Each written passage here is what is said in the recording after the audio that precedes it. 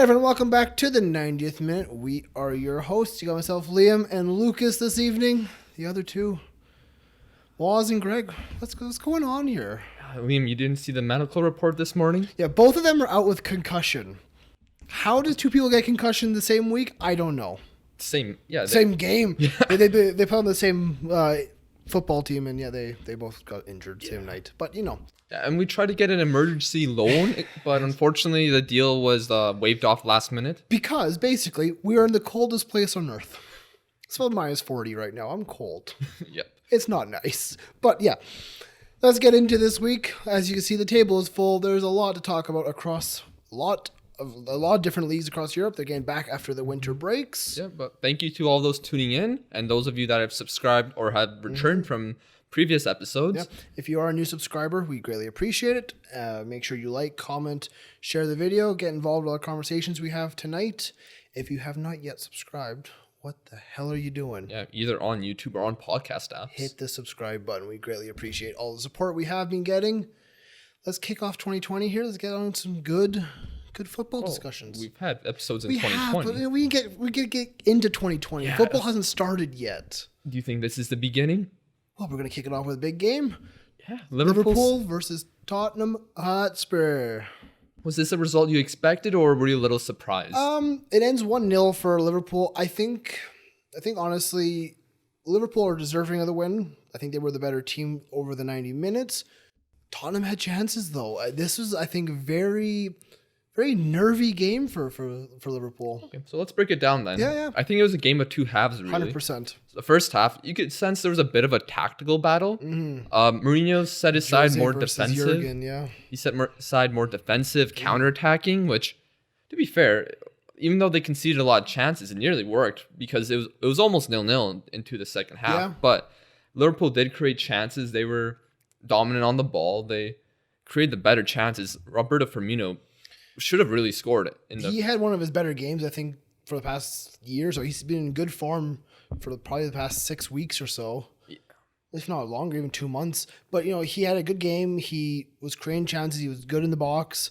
He should have, like you said, he should have had a couple more goals. But he does score the one goal to make it 1-0 just before halftime. Yeah, and his first shot got blocked off the line. I know then he tried to pass it to Oxlade-Chamberlain. He hits the post. Yeah, that was all blocked by the right back by Spurs, who was making his debut. I think he played center back. I think it was right. Was it back three? Yeah, it was a back three. So it was like the right center back. Yeah.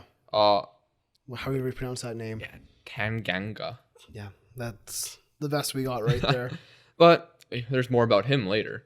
There is. But there's also a corner kick where the ball went to Mo Salah, kind of lost the ball, but it ended up on Jordan Henderson. Henderson kind of got into Salah's way. He eventually passed it off to Jay Hendo, the man, the myth, the legend. A good cross to Van Dijk, but a good save. Should have done better though. He was offside though. Okay. It would have come back for offside if he did score. But you know, he should have done better. The header was a bit tame, but you know what?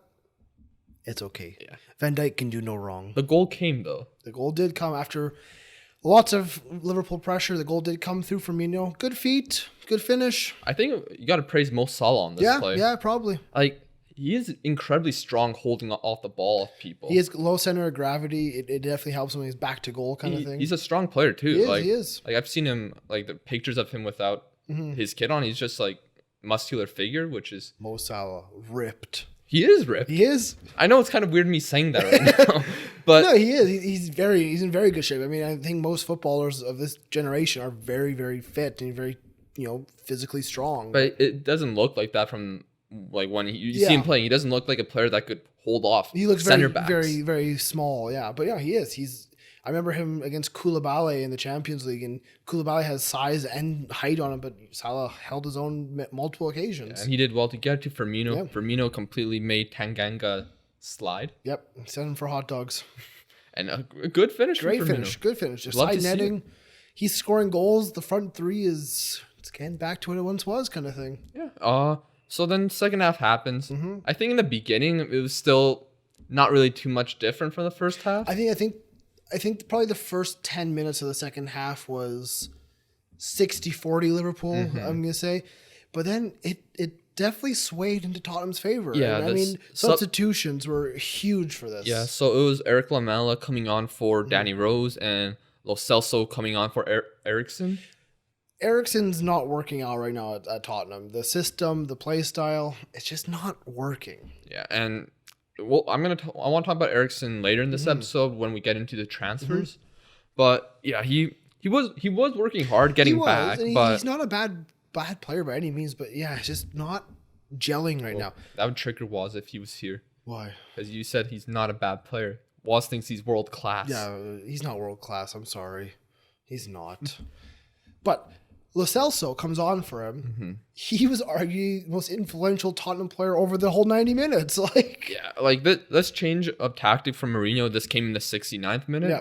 So I guess more than 10 minutes after So my question is, did Mourinho make a bit of a mistake here? He did, honestly. Because once those substitutions were made, once Spurs started to press Liverpool, Spurs had chances. Spurs should have scored multiple goals here. Yeah, fair play to Mourinho making this change. But should it have been done before, at halftime, or even from the very beginning? Oh, he definitely made a tactical mistake starting this matchup the way he did. Yeah.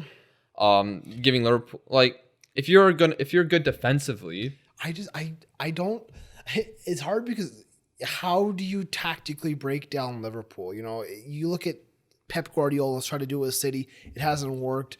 These are some of the biggest managers in the world, and no one's yet to be able to figure out how to break down Liverpool. Realistically, if we look at it, the only example of beating Liverpool was Ole.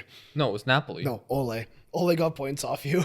Yeah, but I was more talking about Napoli. Yeah, Napoli just seemed to be a team that you guys cannot figure out. Yeah, they set up they were defensive against Liverpool, which Spurs were in the first half, and they did counterattack well, but they took their few chances they had against Liverpool. That's the thing. If you're going to get a chance against Liverpool, you have to score. And in the first half, Spurs had 2 or 3 chances, but they were all outside the box, and either they missed the net or it just went straight to Alisson. Alisson had a decent game, making some good saves, but second half, 2 big chances stand out. First, Heung-min Son. Top of the box. Well, not top of the box, left side of the box. And he skies it. Now, Trent Alexander-Arnold definitely put him off, put pressure on him, made him make the mistake. But Son and the player he's been over the past 2 years at Tottenham has to be doing better. Has to score that one. 100%, man. Has at least get on target. Make Alisson save it. You know, he has to have that better. And you don't get a million chances against Liverpool. You have to score. But you have to question. Wijnaldum was not really making quick enough decision on that play. Yeah, I mean, I thought Gini Wijnaldum actually had a very good game. He just doesn't stop moving, that guy. You know, we look at N'Golo Kante as an engine. If anything, Wijnaldum can outrun Kante. Come on. Gini Wijnaldum just doesn't stop moving. You can't do this to N'Golo. I'm sorry, N'Golo, but Gini's better. No, he's not. As being an engine. No. Are you kidding? I'm sorry. I think so. Man. I don't know. Gini just doesn't stop. Neither does N'Golo. No, but and I'm incredible. I'm the Liverpool fan. But to get to the point, yes, Wijnaldum makes a mistake. He sits on the ball, he gets put under pressure, and rather than just putting it back to Alisson or using Jordan Henderson, who was wide open, he tries to move with the ball, gets caught on it, and the chance comes to Son. Yeah, honestly, that was kind of the first time Liverpool looked shaky in the match. 100%. And really shaking. There's parts where there's some shakiness, but that's besides the point. Yeah. And after that, Spurs kind of got more belief. Hey, we can get at them. We can create chances. Tottenham are not a bad team. They need to play like they are a top opposition. Otherwise, you know what? You're going to concede because you're going to sit back and you're going to be afraid of your opposition. You can never be afraid of who you're playing. Yeah, and should we talk about their other chance, or we might as well get on to that other chance? Because there's another stuff that happens in between that I want to get into. Yes. But yeah, the chance, Ori receives the ball on the right flank. Mm-hmm. A brilliant cross. Fantastic ball in the box, yeah. Ori is definitely has a great delivery on him, and unfortunately he does have a mistake in him, but that was a great cross. Great cross, and Lo Celso at the back post gets too much contact on the ball. Bro, I can understand missing that. I've missed worse chances. Oh, 100%. It's not an easy chance, but it's a chance that you have to score. As insane as that sounds, it's a difficult chance, but it's a must-score chance. And Mourinho just Falls to his knees, yeah. But do you think he's showing up to the camera? Oh, yeah. Mourinho loves camera. He loves the attention. I mean, fair enough. Jurgen Klopp is beside him just screaming. Yeah. Jurgen Klopp's going nuts. Mourinho's on his knees. It's like, that's just a perfect image of how these two managers are, I think. Like, Jurgen Klopp is always on the edge, very emotional, and Mourinho's like, I'm just dramatic. I can't wait to see that scene in the Amazon documentary later this year.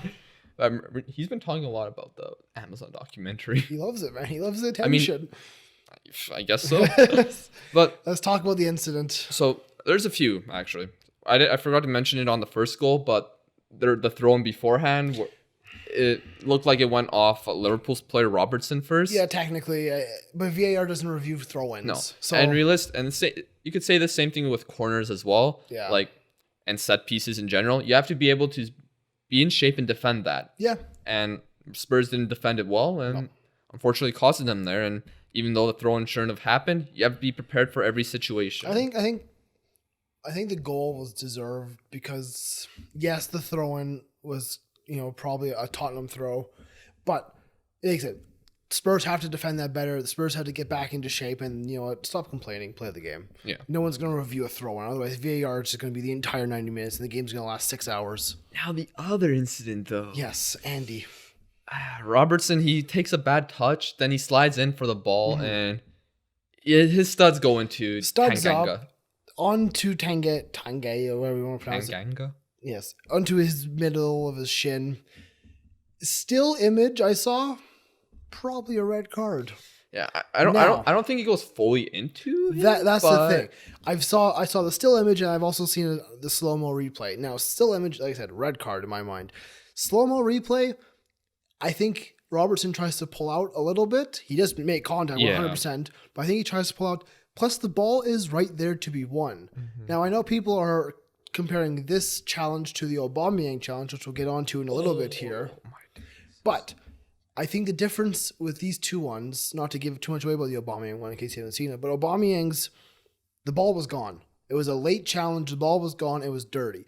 This one here, the ball is there to be won. Both players are committing to the ball.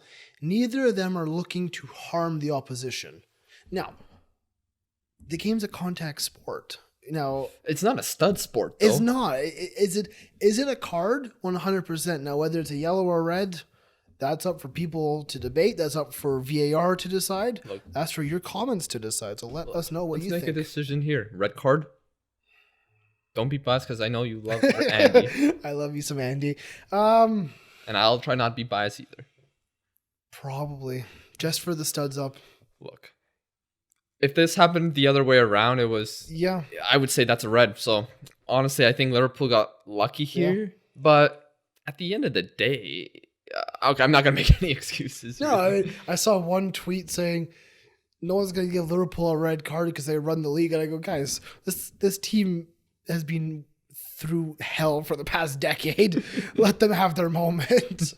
But no, to me, Andy Robertson is just a fantastic player. I love him. But he deserves a red there. And I would have screwed Liverpool over because they don't have the best full-back coverage. Probably would have gone to a back three. Yeah. Or I was talking more about the future matches, really. Yeah. Because United next week, no Robertson, if that was the case. Yeah, you guys have a bit of a tricky run of games coming up here. Yeah, for sure. But yeah, how would Liverpool have to adjust during that match?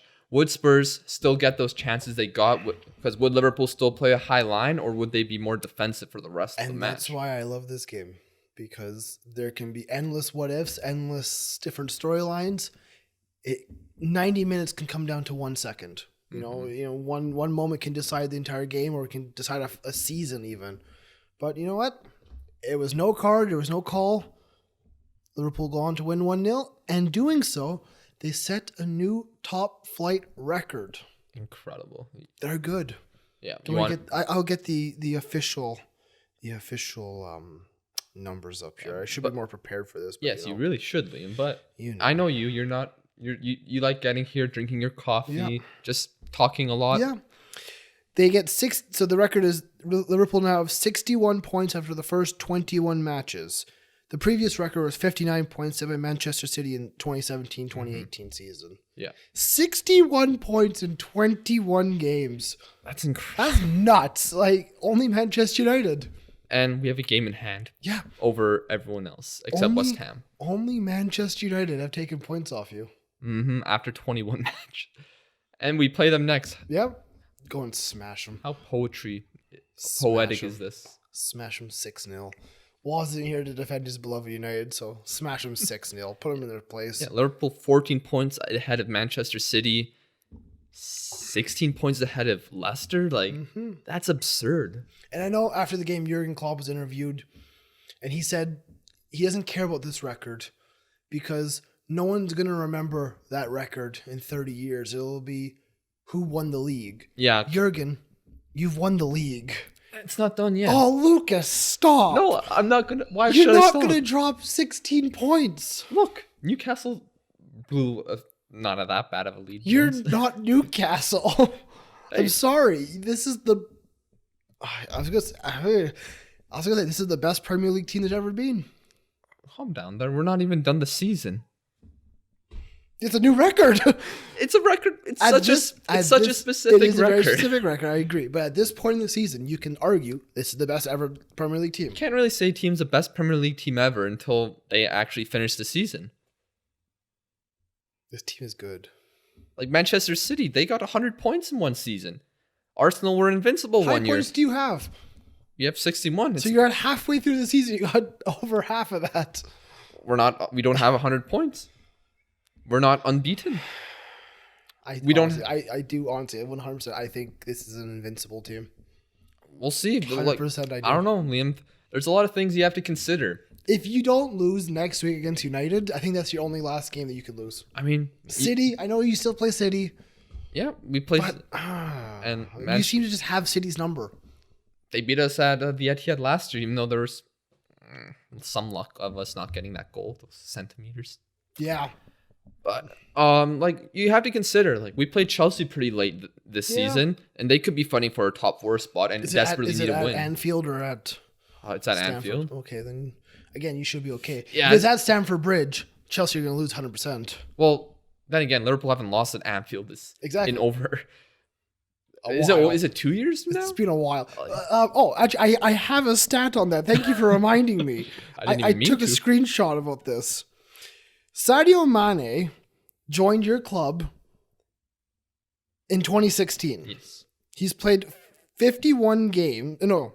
Okay. At home, he has 51 wins, 9 draws, 0 defeats. So what you're saying is Sadio Mane has to play every home match? Sadio Mane has never lost at Anfield since 2016.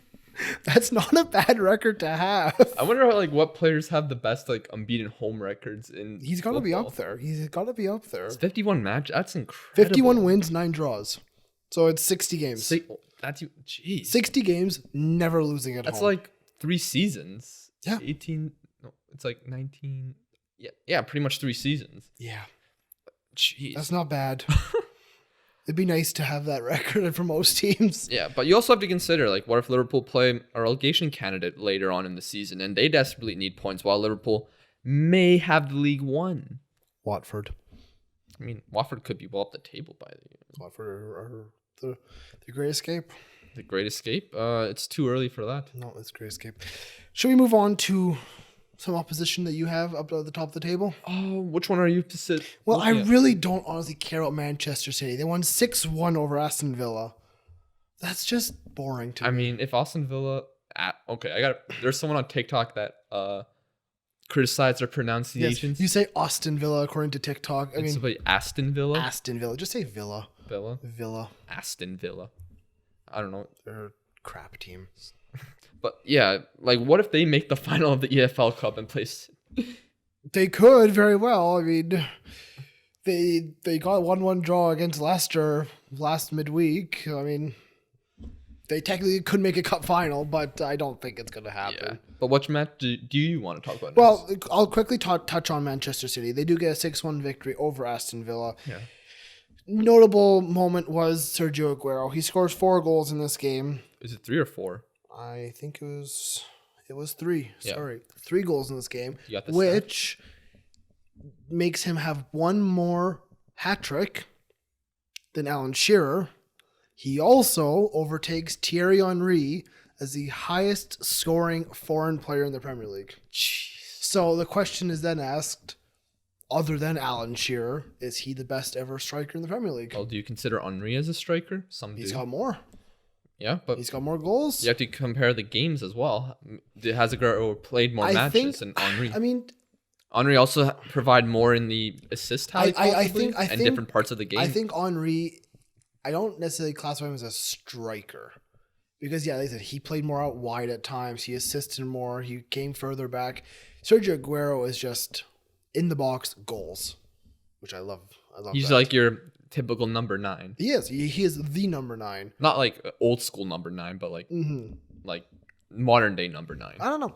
I think Aguero definitely has to be put in the conversation for best ever Premier League striker. He's been incredible since coming over to the league. Yeah, and that was his 12th hat trick in the Premier League. Yeah, which so he overtakes Shearer.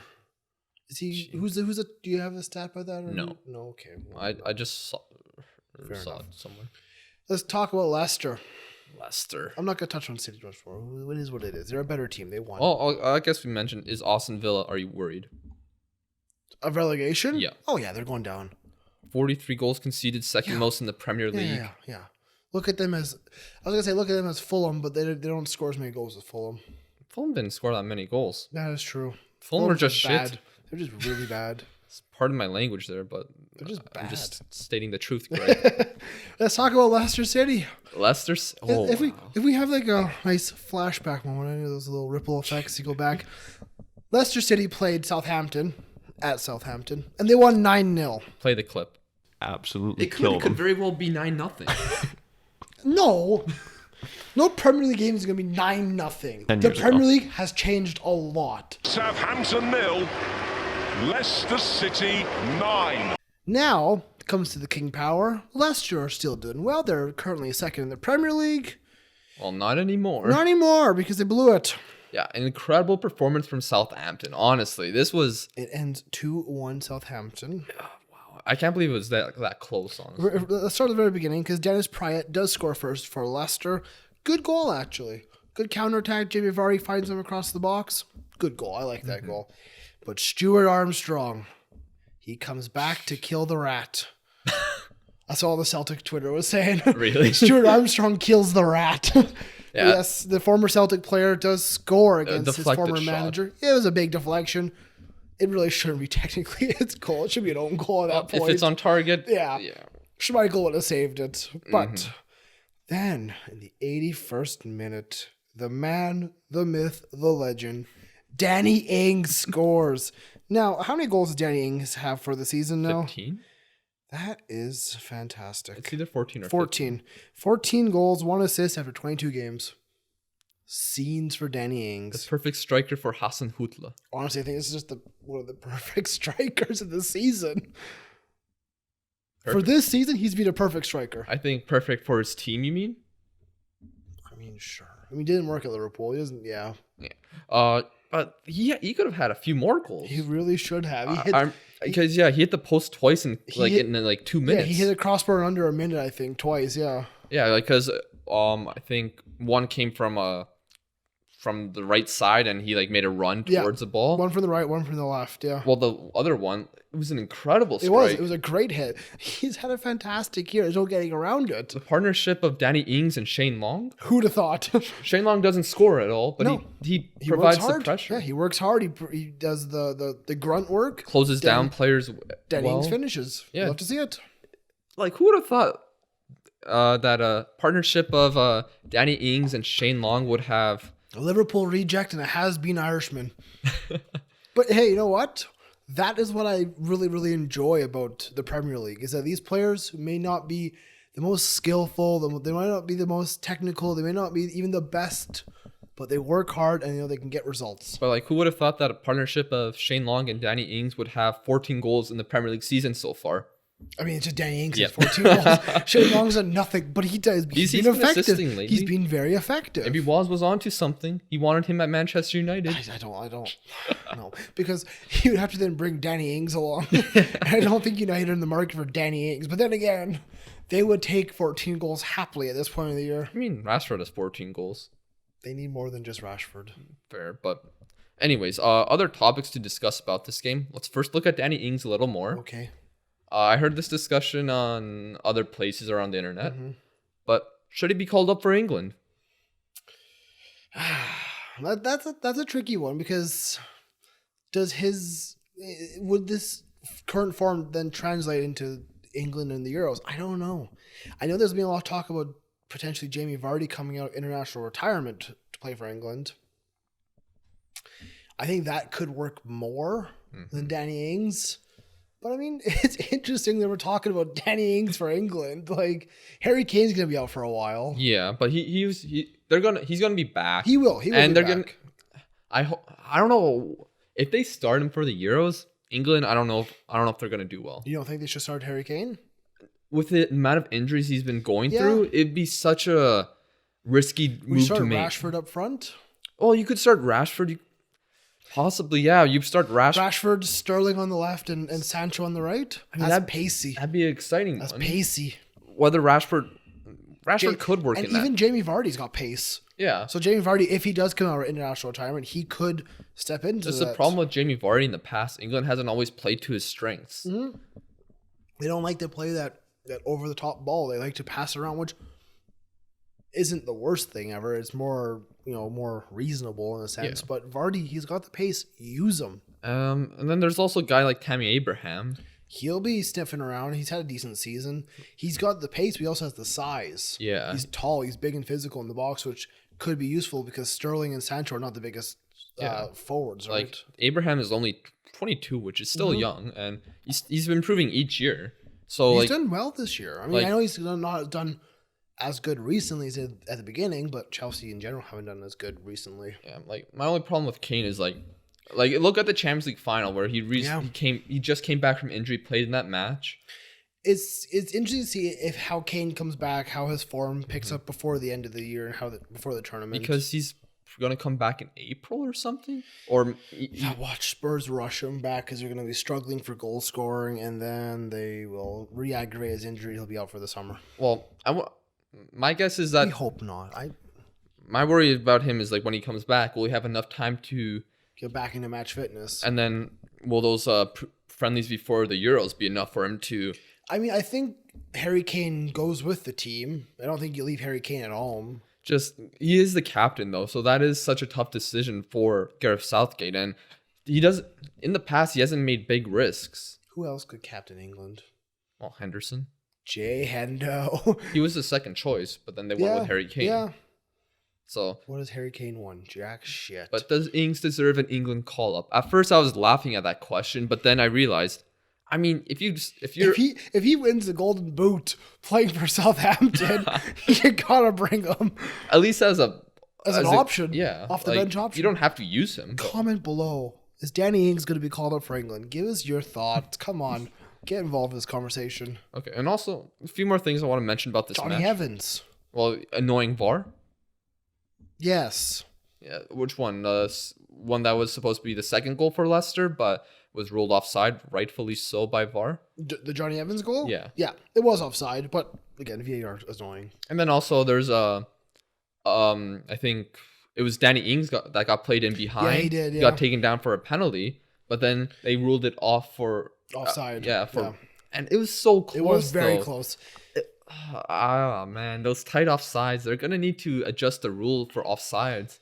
Because it is killing the flow. Like it's killing the flow, but technically it is offside. But you have to change the rules, not VAR. VAR is just there to enforce the rules. If there's an issue with the game, it's the rulings that have to be changed, which we'll get on to in a second here because I'm fired up. But I don't know.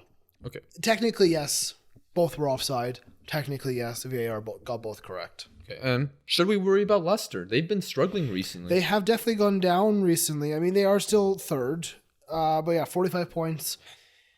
Can you count them out of the title race? Yeah. Yeah, you can count both them and Leicester out of the title, and Man City out of the title race. I mean, they did win honestly. 3-0 last week, and they've had some good results, but they've also had some poor results recently. Like this have. one against Southampton, that Aston Villa. Aston Villa. That result in the The EFL 4-0 Cup. loss to Liverpool. I mean, to be fair, yeah, that was not a 3-1 to Man City. Yeah. 1-1 to Norwich. Yeah, and then they did get a win over West Ham with their reserve side. Yes. And then they beat Newcastle 3-0. Mm-hmm. But they definitely have had a slight drop. Yeah. Is it because of NDD's injury right now? That definitely plays a big part. I mean, he's a great worker in the middle for them. He was so important in their midfield. But maybe it's just, they hit a purple patch of form at the beginning of the year, and now that form has just kind of ended. And maybe they're just overperforming and are just settling. They're just punching above their weight. Now they're just falling to where this. I said they would finish in fifth, which still is possible at this point. But I think Leicester are good, potential Champions League good, but more of your Europa League team. They're not a finished puzzle yet. Yeah, they're 11 points ahead of fifth place right now, which is a good position for them to be in. 100%. But because fourth and third, Chelsea and Man United. Chelsea in 39 points, United on 34. That is a bit of a gap still. That is two teams who are not very consistent themselves. Yeah. So I think from third to even sixth potentially will be very tight, and you'll be contested before the end of the season. I think you could expand that a little more. Probably could. But maybe this is just a small rough form that each team goes through usually. Yeah. And maybe in February or March, they're going to get back to good form and play well for the rest of the season. Well, let's talk about third place. Well, Leicester are third place. Sorry. Fourth place, Chelsea. Chelsea get a 3-0 victory over Burnley. I mean, there's not a hell of a lot to talk about here. Burnley were bad. Yeah, Burnley were very bad. They did score first, but it was ruled out. Yes. Goals from Jorginho, Tammy Abraham, and Callum Hudson-Odoi. It's good that he's back scoring for them. Yeah, it's a goal he should be scoring. 100%, but it's good that he's on the scoreboard. Yeah, I mean, That's his first goal of the season. I know recently on Chelsea Twitter, because I follow someone who talks a lot about that. I was going to say, why do you follow Chelsea Twitter? I just follow one guy, and he is very involved with Chelsea Twitter and talks a lot about it. A lot of fans were hating on Hudson-Odoi, especially last month, because they're frustrated with his performances, and he also does make a significantly high wage for his age. I'm sure he does, yeah. And all that because he was going to join Bayern. Wanting to leave, yeah. But he was like questioning himself. And No, I mean, a little bit of negativity, a little bit of doubt creeps into your mind, your form drops. A goal like this, as simple as it was, could spark something, getting back into where he could be. Yeah, and hopefully this is good for him. He gets to gain more confidence and continues to build his relationship with Reece James on the right side because they combine very well. He's had a good season so far this year. I wouldn't say good season because he hasn't played that much this season. He's had a good run of form this season. That's a good point. Let's talk about the next spot. Manchester United. Again, clean, easy win. 4-0 over Norwich City. If Waz was here talking about this game for 6 hours, about how beautiful Marcus Rashford was and his hair floated in the wind. Even though he doesn't have floaty hair. But honestly, I don't give a crap about this game. You gotta give Rashford, he scores 2, Martial with 1, and Mason Greenwood with 1. So, is there anything here that to you is a good sign, or do you think this is a game you need to win? Here's what's very obvious. Norwich are going down. They cannot rely on one man's goals for the entire season, and that one man's not even playing right now. Look, I think Norwich has some good players and some players that could potentially do well in the Premier League in the future, like Buendia and Cantwell. Yeah, Todd Cantwell, I think, has been a very, very good player. Buendia has one of the highest amounts of assists in the league this season. Cantwell could be a guy that Leicester looked to pick up after letting Maddison go.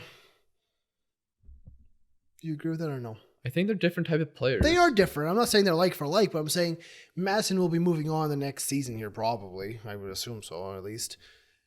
They need to get another player in there. I think Cantwell could fill that spot for them. I don't know. I see Buendia being able to fill that position a bit more, but Buendia does play more on the right versus the middle, which Madison does play through the middle most of the time. But Madison can play on the wing as well. For United, if we take a look at them, this wasn't the most challenging game for their backline, which I still think isn't the best. I know Waters goes, I have one of the most defensive records in Europe. I don't believe that. I gotta be honest. The defense is shaky to me. Williams has been okay since coming in, not superb. Yeah, one of the worst misses I've seen. Yeah, that was not great. He was open net, and that's something I would do. Yeah. To be fair, I can't talk. I missed from like 1 yard in front of the net. Did you? Remember that indoor match we played? Like it was probably a few months ago. Potential, yes. I believe it. I do recall what you're saying, yes. Even though the net is shorter technically than an actual net, it's still a bad miss. Lindelof and Maguire, their defensive partnership has been decent. I think Lindelof's still a bit shaky for me at the back. One thing I worry about is Maguire. He was injured in their EFL Cup. I think he subbed off or did he play for the rest of the match? I don't remember. I'm not 100% sure. But I can't remember the injury, but it didn't seem like something he would be back immediately for. You're talking the game against City? Yeah. He was not subbed off. Yeah, but he was definitely struggling throughout the match. But he came back, and I guess they cleared him. Yeah, one thing that's worrying me about Manchester United, rotation. Yeah, they don't have a million players to go to right now. At least not a million quality players. No. And I think I said that after the City game. I said that in our group chat saying, if you can't rely on your players at this point, if you can't trust them, don't have them there. You know, they have players like Phil Jones, like Matic, even one Mata to an extent where they're just not your go-to players. You know, you look at every single player on Liverpool right now, even your young players. You could play them and trust them to do a job. And they've proven it against a team like Everton. Manchester City, they can play Phil Foden and trust him to be as good as Bernardo Silva. Well, not as good. You know what I mean? To play the same role, to be trustworthy enough. You're not putting Phil Jones there going, that's a solid center back. We trust him. He's gonna keep a clean sheet tonight. They don't have players to rely on. Or Tahith Chong. Too bad. I like me some Tahith Chong, but I suppose he's off to Juventus. What? You haven't heard that rumor? No, that's supposed he's signing a youth contract at Juventus. That'd be the most idiotic move I've ever heard. Completely agree. You go from a worse team to one of the best teams in Europe. Yes. No offense, Manchester United, but you are not better than Juventus. No. But Tahith Chong wouldn't get playing time there. Not at all. That's what that rumor is what I would put in the trash. Okay. You can trash that all you want. No, sorry, not the trash, the recycle bin. Are you okay? Just eco-friendly of you. Yes. I'm going to try and find it. Yeah. If you find it, send it to me because he's about to sign a pre-contract deal with Juventus. Okay, can you message me that right now? Well, yeah. No, I'm gonna send it right now. Oh, why not? You have the phone right in front of you. No, I'm not doing that. I don't want I've been collecting crappy transfer rumors this month. Okay. It's a long list. There's a lot of crap out there. Doesn't even give me a source on this one. Probably made up by Tahith Chong's agent. Probably, honestly. There's no source on that one. Okay. I'll send it to you later on. Okay, sounds good. So, realistically, look, it's a good win. It's a good win, 4-0. It's one you need to have, though. Yeah, Norwich, they're going down. Hate to break it to you. But how will Manchester United look against Liverpool? I don't know. We will see. They do have a FA Cup game midweek, though. So that's something to consider. Should they play a stronger side against Wolves or a stronger side against Liverpool? I think we should move on to some controversy. Is it the match you watched on Friday? Sheffield United versus West Ham. Now, Sheffield, they're still doing very well this season. Yeah. They're up there in the Premier League. They're doing their thing. I watched this game. I was home. It was a good game, actually. I thoroughly enjoyed it. Really? I did. Only 1-0 and you enjoyed a match like that? Because the Premier League is rough and tough. Not this bullshit Serie A. Yeah, so Serie A 1-0, you're like, no. Boring. La Liga 1-0. Boring. No. Bundesliga 1-0. Okay. Liga 1-0. Not worth my time. Premier League, let's go.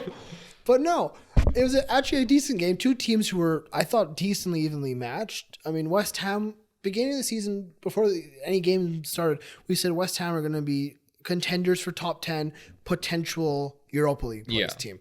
They've dramatically underperformed. You know, they've had injuries. They've had not good players aren't playing at their best. Yeah, like backline poor.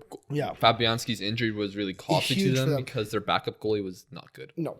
So then they lose. They sack Pellegrini. They bring in big old David Moyes. We criticized it. I think the entire world did. But Moyes, he's done okay since coming back. He's got some okay results.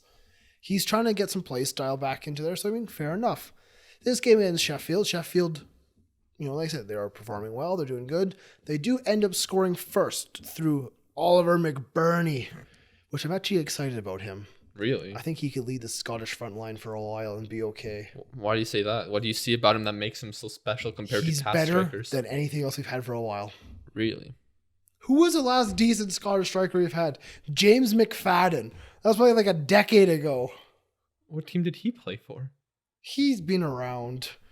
We had Lee Griffiths for a while. I mean, I like me some Lee Griffiths, but he ain't consistent. He had 2 goals against England. That was it. But James McFadden scored the best ever Scotland goal. I mean, there's a few Scottish players on this team, right? There's a few Scottish players in the Premier League. John Fleck. Yes. Well, what do you think about him? He's decent. You see him as a Scotland star?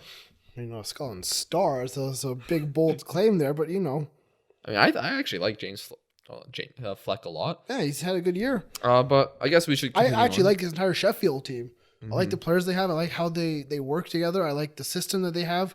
The overlapping center backs.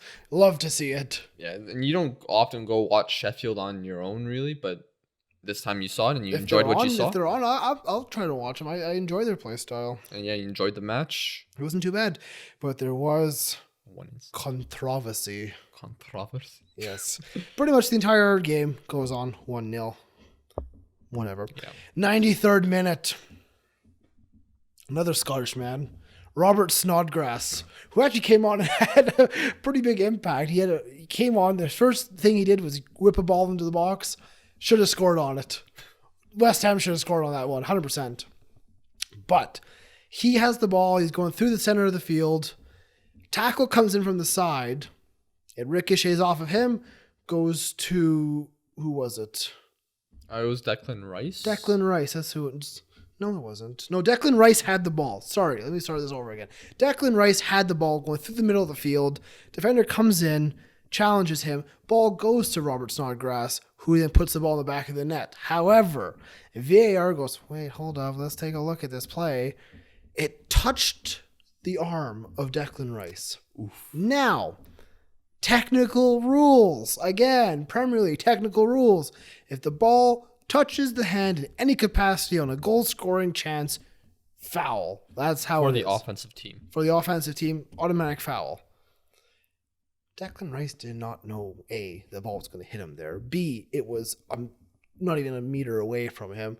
He couldn't move. His hand was near his body. Should it have been a foul? According to the rules, yes. In plain view, hell no. West Ham are robbed of a point, Lucas. So you're saying we shouldn't listen to the rules? The rules need to be changed. Jeez, they just changed the rules and now No, but you know what I mean? If it's not an intentional handball, it's not an intentional handball. Why does it matter if you're on the offensive team, the defensive team, on the attack, on the defensive coverage? Why does it matter? Because it's not always black and white. There's so much gray areas in the rules of football, which makes it great, but at the same time, it adds a lot of controversy. It just ruined the moment. It was such a good... West Ham were pushing that second half. They had chances. They were the better team in the second half. David Moyes got real excited. Then he got real sad. He was so sad. He went from like, yeah. Oh. It's like, David, this is your first time ever experiencing VAR. It's a new experience for you. It's new. It hurts. Ask Pep. He's been hurt a few times by it. But no, Is it the correct call? Yes. I'm not naive to say it's not the correct call. It's just I wish it wasn't the correct call. Yeah, because you enjoy the excitement that brought it. They deserved the point. It was a well worked moment. It was a well finished from Snodgrass, but they deserved a point. They were good enough for it. A point like that could be huge in the relegation battle. But unfortunately for West Ham, yes, they would not get any points. VAR says nah. But no, West Ham now, they're 16th. There's still only 1 point out of relegation. Are you liking what you're seeing? Or do you think there's still some problems from them that could see them get potentially relegated? I mean, the problem for West Ham is their midfield. I agree. Mark Noble and Declan Rice. Very slow. Yeah. Some people like Rice. He was very hyped up last season. Yeah, he was. I don't mind Balbuena and Ogbonna at the back. They're okay. Mm-hmm. Anderson had a decent game. Lanzini had a decent game. Haller up top. 6 goals so far this season. Not perfect. Not the worst. he can pick up form, I think West Ham can pick up form. Mm-hmm. Masuaku had actually a decent game for him. He was running down the wing pretty decently. They do have the big man on the bench. Have Andy Carroll on the bench? No, he's at Newcastle. He's at Newcastle. What the hell am I saying? Sorry, I'm clueless. Clueless. Yeah, honestly. But, West Ham, I think, are a team that needs a little bit more depth, a little bit more goal scoring. Maybe one player or two players can bring that in January. You never know. West Ham could survive. I think they will survive, honestly. They have okay players. Now that Fabianski's back, too. Yeah. He's huge. Although, wasn't he injured? He did go off injured, yes. So who knows what's going to happen there. Yeah. They might need a backup David goalkeeper. Martin. Actually, Martin was at fault for the goal that was conceded. Oh, really? Yeah, he kicked the ball right to McBurney. Yeah, that's why you need a good backup goalkeeper, West Ham. Yeah. All right, so let's move on. We'll move on to Arsenal. We might as well. The Gooners. Probably should have talked about them a little earlier. Probably should have, but But it ends 1-1. Crystal Palace, huge point for them. By the end, Crystal Palace are actually above them in the table still. Aubameyang scores in the 12th minute. Jordan Ayew in the 54th, make it 1-1. And then Aubameyang gets sent off straight red. Horror tackle from Pierre. So I didn't get to watch the match, so I had to watch the highlights later. This game was at 5:30 North American time, Canada time. I was tempted to wake up, but no. No, not happening. Yeah. Jeez. When I saw that, I just... Basically, he comes in the side. The ball's gone. The ball being cleared out. Studs up, middle of the leg. 100% straight red. That's a leg breaker. At least an ankle, if not a leg breaker. It's a bad tackle. Yeah, like Hodgson thinks there's ligament damage. Obviously, he's not a doctor. But Roy Hodgson is not a doctor. The man's barely a manager, but he's doing his thing. he's doing well for himself. He's doing very well. But that, honestly, like... It's a bad tackle. Oh, man. Like, I've been tackled like that before. But luckily my foot wasn't like in the ground or anything. It was in the air, but it hurt really bad. Yeah, it's a terrible challenge. I can't imagine how bad that hurt for Meyer there, because he tried to get up right away, tried to go on, but that's he just... He subbed off, That's just terrible, and it is going to be at least 3-match ban. Probably. And especially for Arsenal, this crucial time of the year, to lose their top goal scorer could prove costly for Arsenal. I mean, if we take a look at their next oh my god! If we take a look at their next fixtures coming up, I'm struggling tonight, Lucas. I don't know what's happening. I think you're doing fine. Okay, thank you. They got Sheffield next. Not going to be an easy game. They got Chelsea. Not going to be an easy game. Burnley. You never know. And then they go to Newcastle and Everton, and then City. Look, So I don't have the easiest run of games. I think we see here, we're going to see what the future of Arsenal is going to look like. Because Aubameyang, there's been many rumors about him leaving the club in the summer. So I think Arteta needs to set up a lineup how he thinks Arsenal is going to look next year. Do you give any credit to the rumor of Jerome Boateng going to Arsenal? Another has-been center back.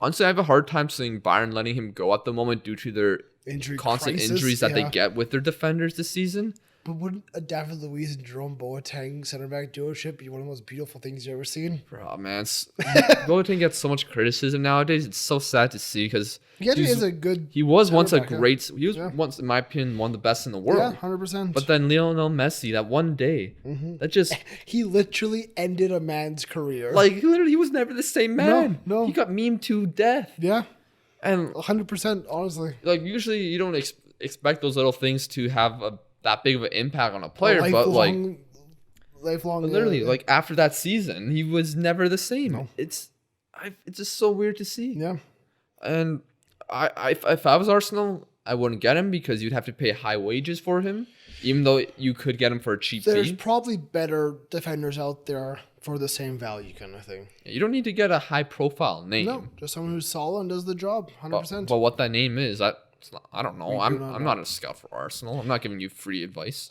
So that game ends 1-1. Another game ending 1-1. Wolves versus Newcastle. Yes.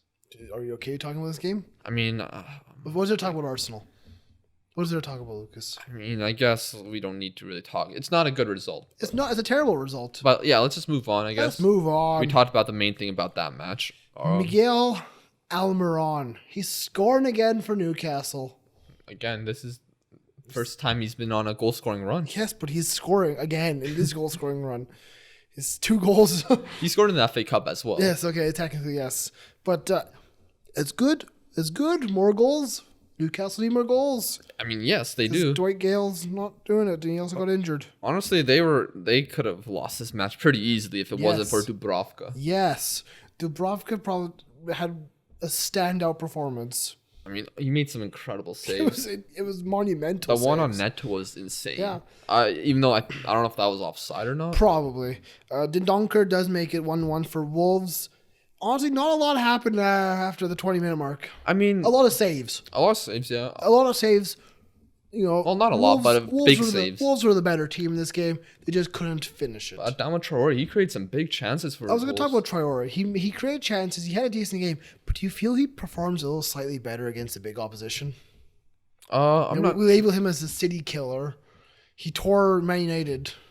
I wouldn't say he tore Man United, but I'm not. That's really hard for me to answer because I haven't really paid attention if he does well against smaller teams or bigger teams. I think he definitely does well against smaller teams. I'm not going to say that, but I think he just plays a little bit better when it's top opposition. I mean... Big games, big man. I don't know, Liam. There's not much else to talk about this game. Honestly, not much happened. Let's go finish off the weekend with my favorite storyline of the weekend. Did you leave this for last on purpose? Yes, I did. Watford pick up a huge 3-0 victory at Bournemouth. Now, who said, probably about 2 months ago, that Bournemouth was going to go down? I said. You definitely didn't say that 2 months ago. A month ago, let's say then. I'd say 3 weeks at most. A month. We're rounding it at this point. I said, Bournemouth are going down. They're not playing well. They can't rely on Callum Wilson. They're not scoring goals. And then, when Watford sacked the manager and hired Mr. Great Escape, here they are, doing the Great Escape. Nigel Pearson, yes, he calls people an ostrich. Yes, he can survive the Premier League. I mean, Watford are for real. I won't call it a Great Escape because, well, the Great Escape usually happens towards the end of the season. This is midway. They're making the Great Escape, Watford to win the Premier League next year. You heard it here first. They're gonna bring in Claudio Ranieri. It's gonna happen again. What's Pearson gonna call a journalist this time? That wasn't why he was sacked. Oh no, we can't talk about why he was sacked. oh. His son did something bad. Okay. But Doucouré scores a goal, Troy Deeney scores a goal, and Pereira scores the third. I'm liking Watford. As again, a team that should not have been down in relegation, has good players, is underperforming. I mean, yeah, they've been performing pretty well recently. I mean, Capoue, Chalobah, decent CDMs. De La Feu, he's always going to pop up with decent moments. Yeah, he had one hell of a strike in this game. Oh, yeah. Nearly killed a defender. Yeah. Oh, yeah. Hit him square in the face, pretty much. Face. Yeah. Yeah. Like the wingers are definitely exciting wingers. Sarr and De La Feu. I'm glad to see Sarr playing more because he was an exciting player in Liga. He's quick. And I remember him playing, I think, against Arsenal in the Europa League last season. And he looked pretty good against them. Troy Deeney's back for them. He was injured for a while. He's scoring. Great for them to see. Honestly, he's just the type of striker you love to see score goals because he's just so hyped whenever he scores. You love Troy Deeney. But even look at their bench. Isaac Success on the bench. He's a not bad player. Andre Gray. He's fallen off. A little bit, but not bad. Even their backup goalie, Mr. Gomez. I thought he was going to retire. I thought he was too. I thought he was going to become a priest. I guess. I'm pretty sure that was a thing. I guess he loves football too much. Fair enough.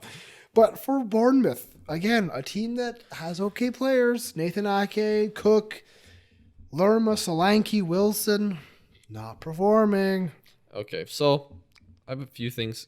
Because last week I did say they weren't going to get relegated. Trust me. Mm-hmm. I'm still not going to say they're going to get relegated. I'm not going to change my mind in 1 week. I'm not Liam. Look at their attacking players. Okay, Ryan Fraser, left winger, 1 goal this season. Up top, Dominic Solanke, no goals this season.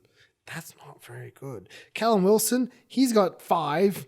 And Harry Wilson, he's got 6. And a lot of those are from free kicks. Yeah. And then there's also King.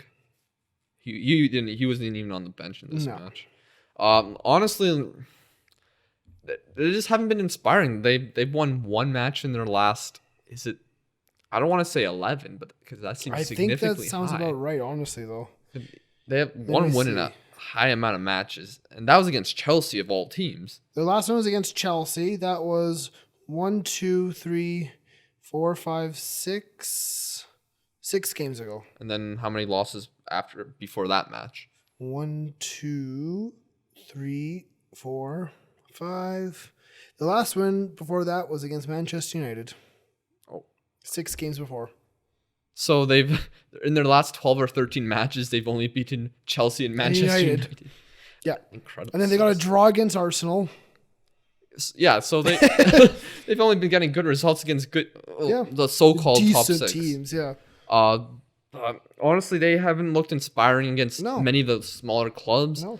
Maybe there's a lot of players here who've worked so hard these past handful of seasons with Bournemouth and are now burning out a little or just not motivated. I think you have to call now. You have to look at the negatives. You have to go. Will Nathan Ake leave? I think he will stay probably till the summertime. Mm-hmm. But I think he then jumps ship in the summertime when they become a championship club. Mm-hmm. Does Eddie Howe get sacked? He's been there for 12 seasons. Never once had pressure on him. He's done a fantastic job. Does he get the sack or do they trust him? Yeah, so what I kind of noticed after the match, he kind of looked kind of lost, kind of like, what else can I do? Like talking to his assistant and stuff. And one thing there's several factors I want to mention here. So has he been loyal to certain players for too long? Potentially. Like guys that he had from the championship to now who've been playing for the Premier League for multiple seasons. I know we posted a TikTok. Make sure you are following us on TikTok, by the way. I know we posted a TikTok about Bournemouth. And one of the comments we got said, this is a championship team. The players are championship quality. They're run like a championship team. The manager's a championship manager. And I go, I can kind of see it. Yes, they've been consistent in the Premier League for the past handful of years, but they are kind of a championship side. They're a championship team. Like, is Adam Smith going to be a Premier League footballer? Probably not. Is Simon Francis a Premier League footballer in your opinion? Probably not. At 34 years of age. Yeah. Is Steve Cook a Premier League footballer? Yeah. He might be, but at the moment they haven't been performing well. Is Dan Gosling? Is he a guy? Is Dominic Solanke even supposed to be a footballer? No. He should be working down at like the local chip shop. He won the Golden Boot at the Under-20 World Cup. And he's done piss all since then. Yeah. He's done nothing. And also like the key important players like Ryan Fraser, who was brilliant last season. Yeah. Callum Wilson, he was great last season. Josh King was pretty good last season. They're not performing well. And then guys like Brooks, who was fantastic for them.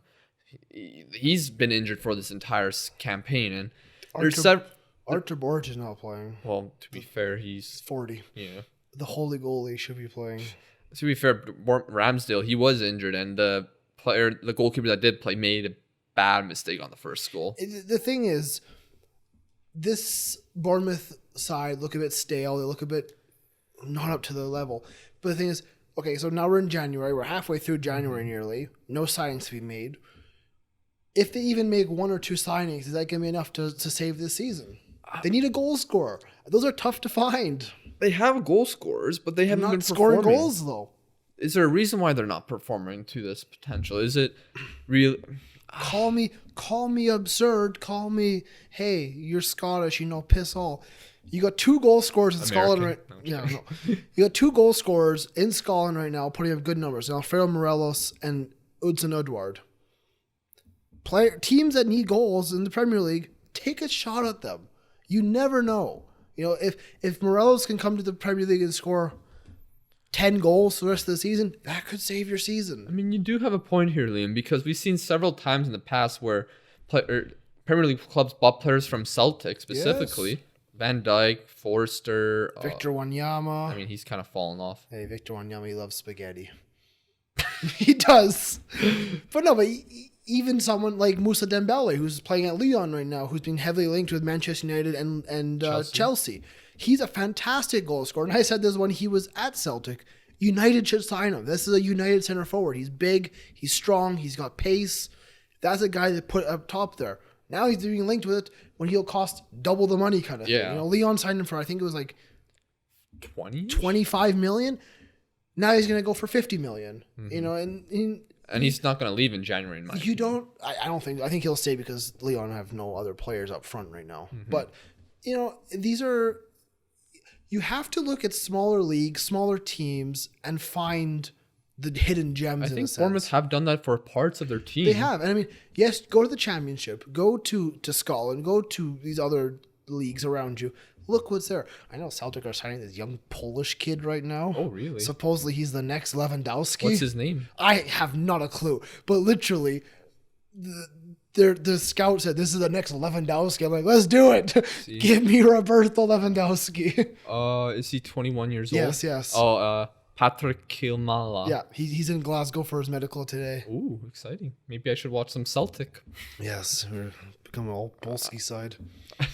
But yeah, so it is interesting. Let us know if you really care about Bournemouth. But it's the relegation battle, because are there players on this Bournemouth side that really have overstayed their welcome, and should they have transitioned a little quicker? They should be refreshed, 100%. And I think you have to look back at teams like Newcastle who never refreshed because their owner didn't want to spend any money. But you get stale. You get players there who are not up to the level no more, who are not working as hard no more. They don't work in the system anymore. It gets stale, and they don't bring in new ideas, new tactics. And is this something maybe someone like Sheffield United need to be worried about in the future in their next 2-3 seasons if they stay up for those next few seasons? If Sheffield are able to stay up and do what they've done so well and be similar to Wolves in a sense, where they come up, but they stay up and they're a top 10 side. But in the sense of not transitioning some players who may have been good in the first few seasons in the Premier League, but have really overstayed their welcome, haven't really... Well, another question would be, how long does Chris Wilder stay as He just signed a new contract. He did, yes. I think he will be there for a few more seasons. But, if he doesn't move, if the players don't move, it could happen. Yeah, but another thing I want to ask, should Eddie Howe step down? Do you think he should step down now, where he still has a good reputation with the fans, and before Bournemouth would have to fire him, which would look bad on them? Yeah. And while he has still a lot of respect from the fans, and Bournemouth can find a guy to help save them. Eddie Howe has done very good at Bournemouth, bringing them up through the different levels and staying consistently in the Premier League. But I do get what you're saying. This is a very tough time for Bournemouth. I think they're destined to go down this year, and which would be a huge hit on their financials, especially. They will lose players like Callum Wilson, like Harry Wilson. Well, he's on loan there. Yes, but they'll lose these players, and they won't be able to sign quality replacements. And you can see, when you go down, it's tough to automatically go back up. You see teams free fall sometimes. I still believe in Bournemouth, even despite the terrible run of form. Yeah. I still think they can find a way, but it is concerning me. And I think Villa, Norwich, Bournemouth. I mean, Villa's a tough... Villa can fight. Bournemouth could fight, but I think they could be going down. Did you get a text message? No, I don't think so. Well, yes, I did. We're okay. It's not Waz? No, it's not Waz. Yeah, so... I don't know, man. And Burnley, they have to be careful. I know Waz mentioned last week, they're starting to drop closer and closer. Burnley, That's West 4 Ham, losses in a row. Even Brighton, because Brighton did get a 1-0 loss against Everton. We didn't touch on that game because it's 1-0. But they did lose, and another loss is not good. They're right down there. And good thing for Everton to bounce back from after that poor performance in the FA Cup.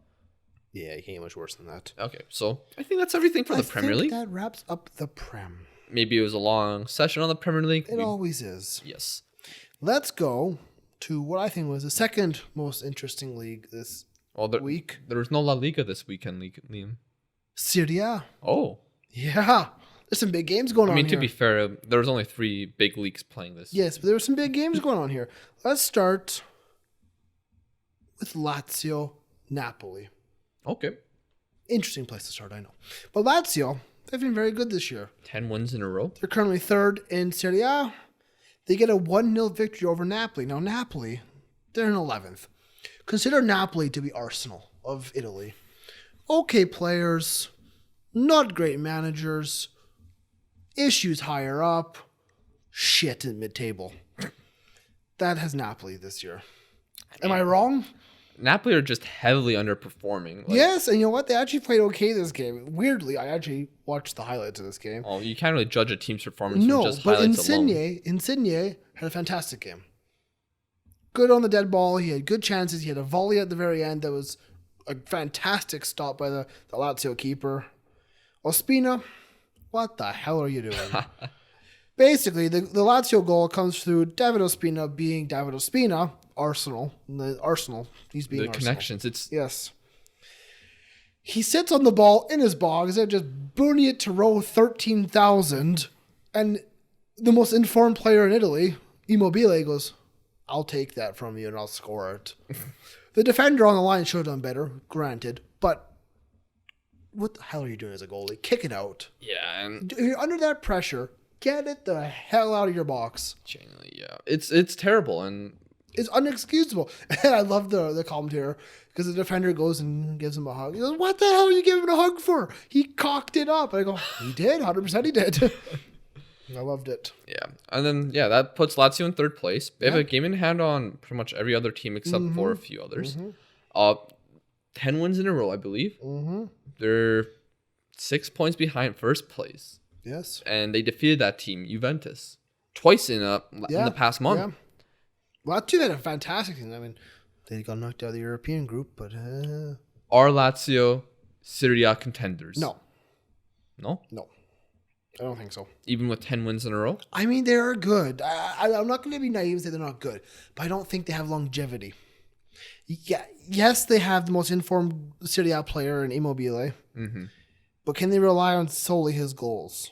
Because you look at the other players around him have been playing well too. Felipe Casiano has 4 goals. I mean, he's not like a goal scoring guy. He's like a guy that comes off the bench. Sometimes he supports at the end. Yes. Other players get involved more in the play. Like I think you have to look at guys like Luis Alberto. He has a significant amount of assists this season. Luis Alberto has 11 assists this season. Yeah, And then Milinkovic-Savic, he's been playing pretty well this season. he's got 3 goals, 4 assists, and he's very good defensively. Lucas Leiva, you can always trust him. Lucas Leiva.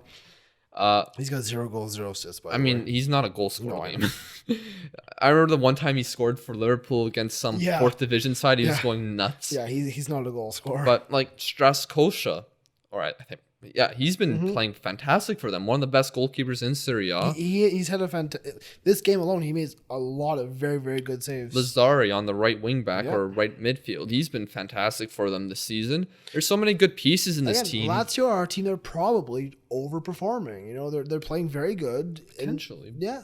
But there are great pieces in this side. Mm-hmm. I think Acerbi, he's been pretty damn good this season. Yeah. There's some players on here that on paper you're like, Not I the don't best, know. Yeah.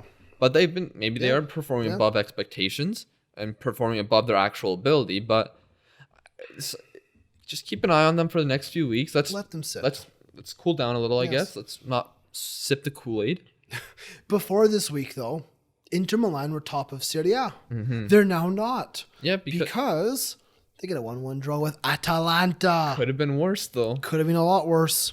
But look, the first goal was well played between Lukaku and Martinez. Yes. One of the best duos in Europe. As of right now, yes.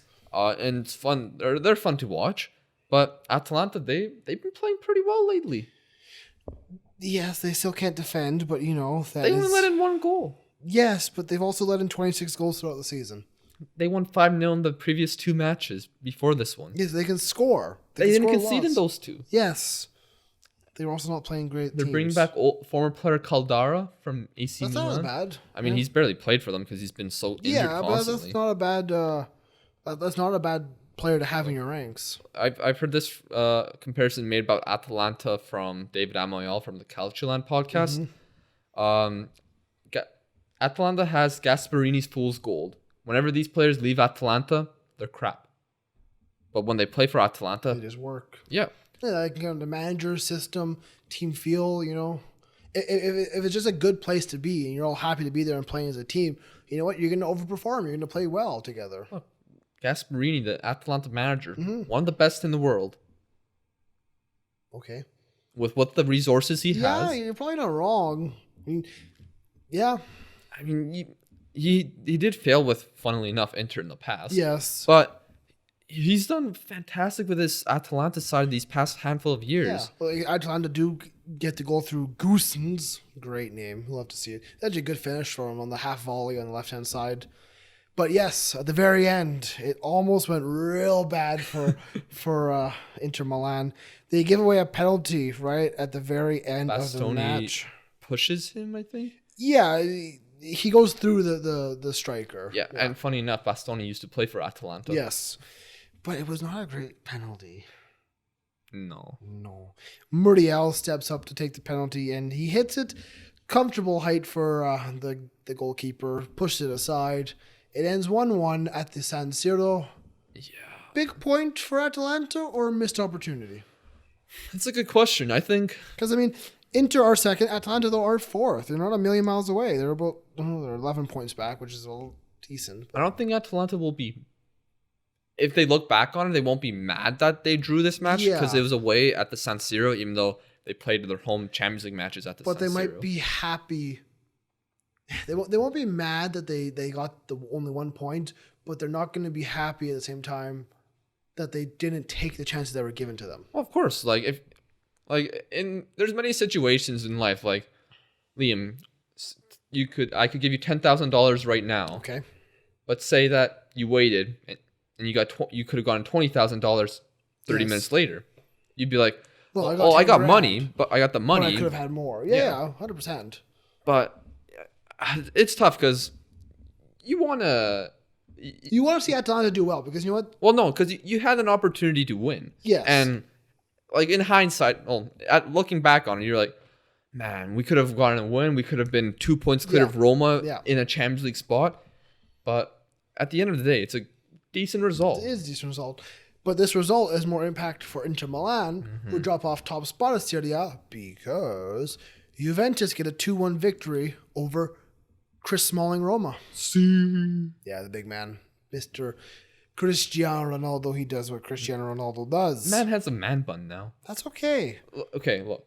Here's something I want to say. I think he's starting to do things to get more and more attention from social media and stuff. Potentially. Because I think last week he was pictured with like him wearing an iPod Mini or whatever, or the old or iPod Shuffle. Yeah. And people were like, "What the heck is what? Why isn't he using his phone?" And then now he has a man bun. Ronaldo's doing Ronaldo things. Do you see this as from his media side, posting odd things to get people to talk about him more? I mean, quite possibly. Even though Juventus is a huge club, I don't think Juventus has the media coverage of Real Madrid. So Ronaldo thrives on media. Yes, he's a fantastic player, but he thrives on the media coverage. So, I mean, if he doesn't get the media coverage through his club, he's going to get it through an individual. Mm-hmm. So he's going to do things like that, or the hair, the iPod, this or that. But, he is also winding down his career. He's coming to the end of it. He's coming to a time where he has to focus on post-game, still making money after retirement, which, I mean, he will be fine. I think he's financially stable. He's got plenty of hotels. He's doing all right.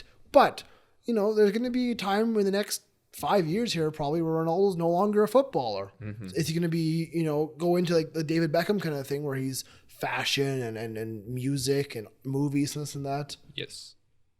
100%. He is the most,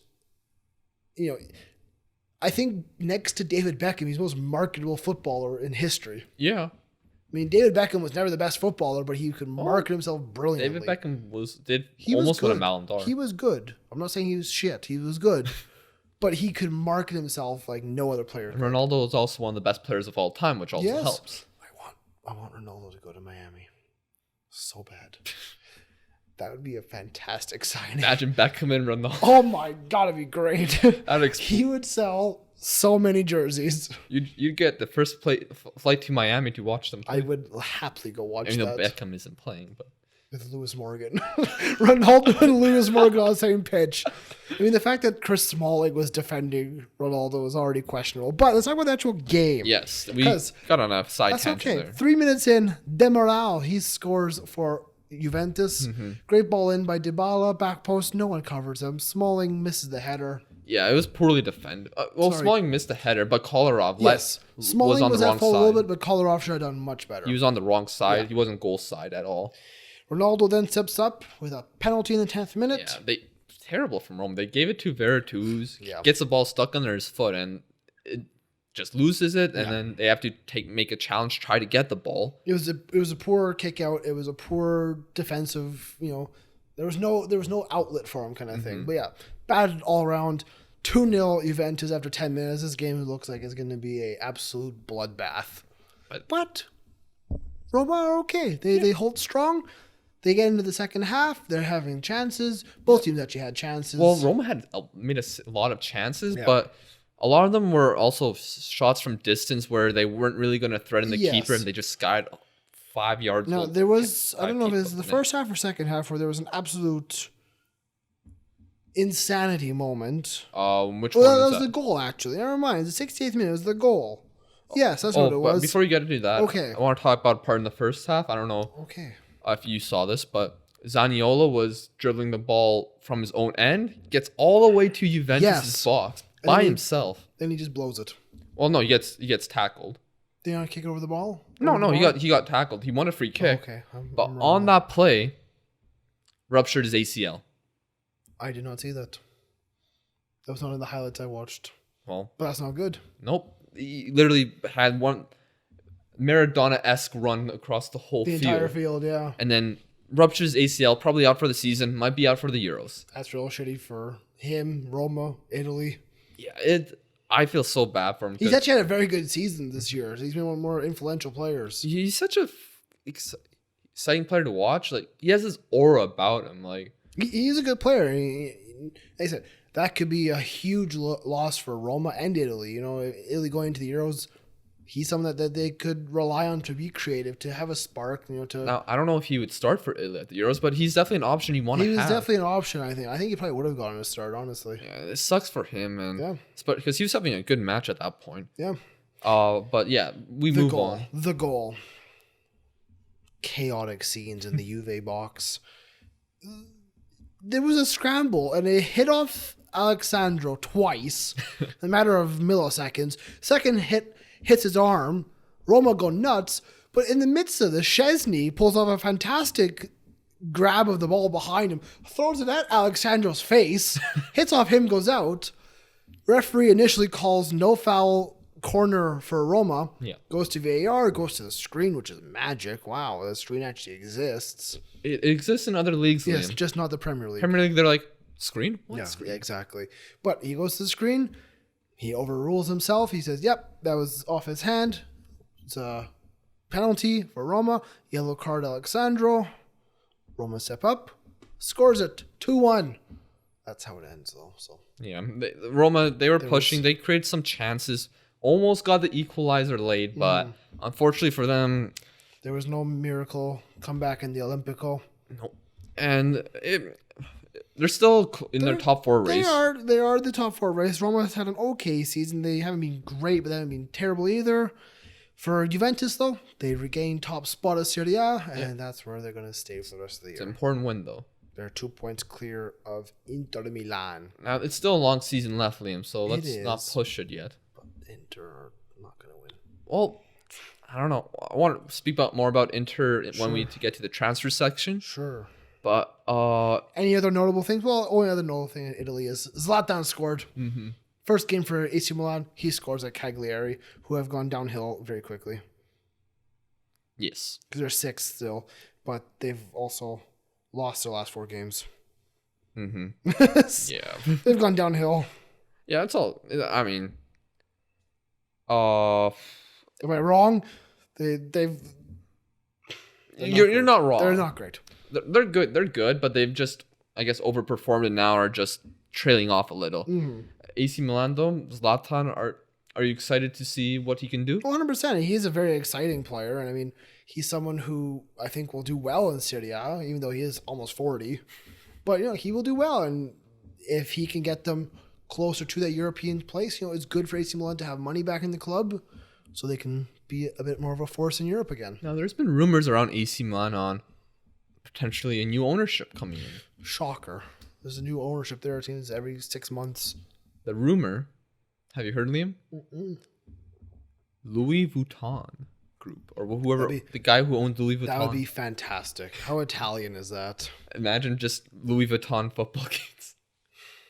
I mean, basically, if that deal wants to be done, use Zlatan. Just use him as just the most marketable tool ever. Just Zlatan in a nice Louis Vuitton suit. Sell it. Imagine €1,000 kit. It'd be great. It'd be fantastic. I'm all on board for this. Would you buy one? No. I don't want to buy an AC Milan kit. Well, I just imagine you don't want to spend $1,000 on a kit. Well, not that too, but I don't want AC Milan. No, Yeah. Disgusting. But, AC Milan, they get one, which is important for them. They need to start getting back into European position. Yeah, currently 10th, so still ways away. So let's move on. I think next topic we need to talk about. Spain. Maybe we should have talked about it earlier, but Spain. it's besides the point. These bastards. That's harsh. Well, I'm not going to say it. Barcelona, they have shit the bed. Okay, so Barcelona midweek, they played against Atletico Madrid in the Spanish Super Cup, which... Most confusing tournament in the history of the world. But they lost to Atletico Madrid after being 2-1 up in the second half. Yes. And yet another blown lead by Barcelona. then rumors started to fly left, right, center. Barcelona's media mouthpieces spreading these rumors. You think, what's happening? Apparently, Xavi is going to join Barcelona, and everyone's like, Xavi to Barcelona? Really? Yep. Supposedly Valverde is going to get the sack at the end of the season. Well, no. This is just the start, Liam. Okay. So everyone's expecting all Xavi to join. Media saying, Xavi will make his decision tomorrow. Xavi has accepted this offer. Xavi will join Barcelona in a matter of hours. Not the first time I've heard that from a Barcelona source. Yeah. But Xavi rejects the offer, apparently. Isn't going to join Barcelona right now. He doesn't want to join Barcelona when they still haven't sacked their manager. Fair enough. And Barcelona apparently tried to wanted Valverde to resign. They didn't really want to pay him out or anything. Valverde is just probably pissed off that all these rumors are going on, and he's not being probably isn't getting consulted with everything. Obviously he hasn't been a great manager for Barcelona, and many Barcelona fans want him out. But at least if you're gonna fire the man, you fire him there before you make all this ruckus and spread all your rumors to the media and stuff. Basically, it's yet another instance of Barcelona having kind of shady backroom things. Yes. Not being very upfront, not being very honorable in a sense, But then again, it's football. Not many football clubs are very honorable. You look at how they conduct themselves in the whole Antoine Griezmann transfer, and that was poor. Atletico Madrid called him out on it, actually took him to court. But, Barcelona, I think they feel like they're a bit untouchable at the top of Spain. And, hey, you know what? You're not the biggest.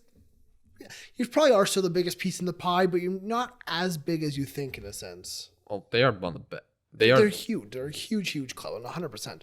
But they need to have respect for not only the other teams in Spain, but, their own managers and their own fans, But okay, so Valverde getting the sack. Let's talk about that first. Okay, so he hasn't been sacked yet. No. Is he going to get sacked this week? We might have to see. They're saying he might get sacked and an interim manager comes in, but he might stay for the rest of the season. I think he probably does stay to the end of the season. Because they are still top of La Liga. They are still in Champions League. The Supercopa, who the hell gives a shit? It was in Saudi Arabia. I have a comment about that, but you get to your point. They were in, the games were in Saudi Arabia. Yes, it is very poor that they blew a lead again. That's his trademark almost at this point. But it's a trophy that no one really cares about. I mean, yes, a trophy's a trophy, but this trophy doesn't really matter. They'd much rather have La Liga or Champions League or, the Copa de España. Copa del Rey. Sorry, Copa del Rey. But so if we look at Barcelona's perspective, yes, blow a huge lead against Roma in the semifinals. It's all right. It's all right.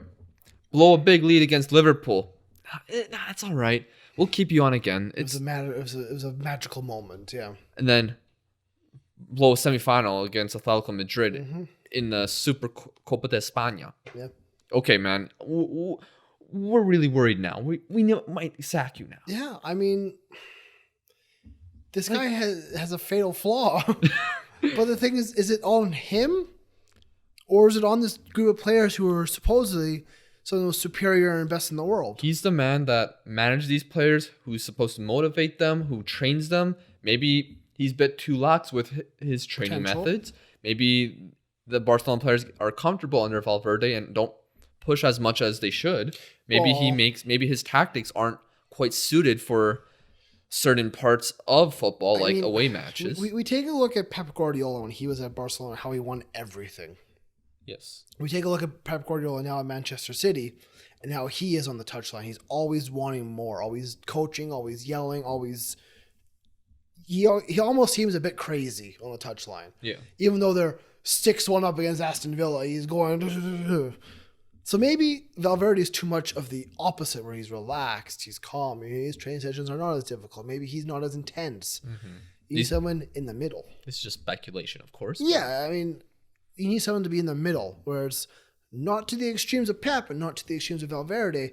In the middle, where they can get the players up, they have an absolute incredible night, but they can also see out an easy game, and they can rest players, and they can be a bit more lackadaisical on off days, but they need to be able to get up for these big games. I don't know. Now, I don't want to say conspiracy, but okay.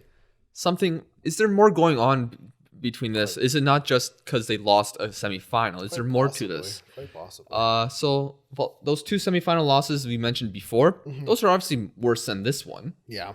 But worse than losing a Spanish Cup semifinal in Saudi Arabia.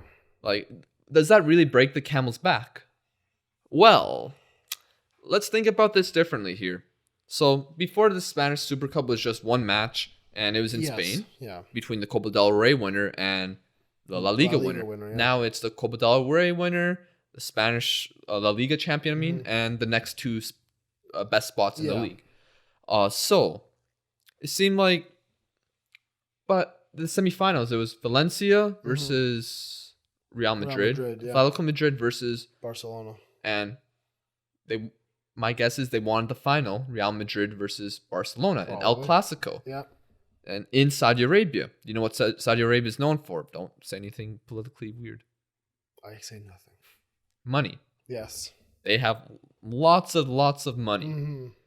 Now, would you think that the reason they moved the Spanish Cup from Spain to Saudi Arabia is that Saudi Arabia says, hey, here's a bunch of money. We'll give to you guys, to the team that gets to the finals of this competition, and some to the semifinalists. But not as much. Yeah. What if Barcelona missed out on a massive amount of money? Yeah, I mean... And this...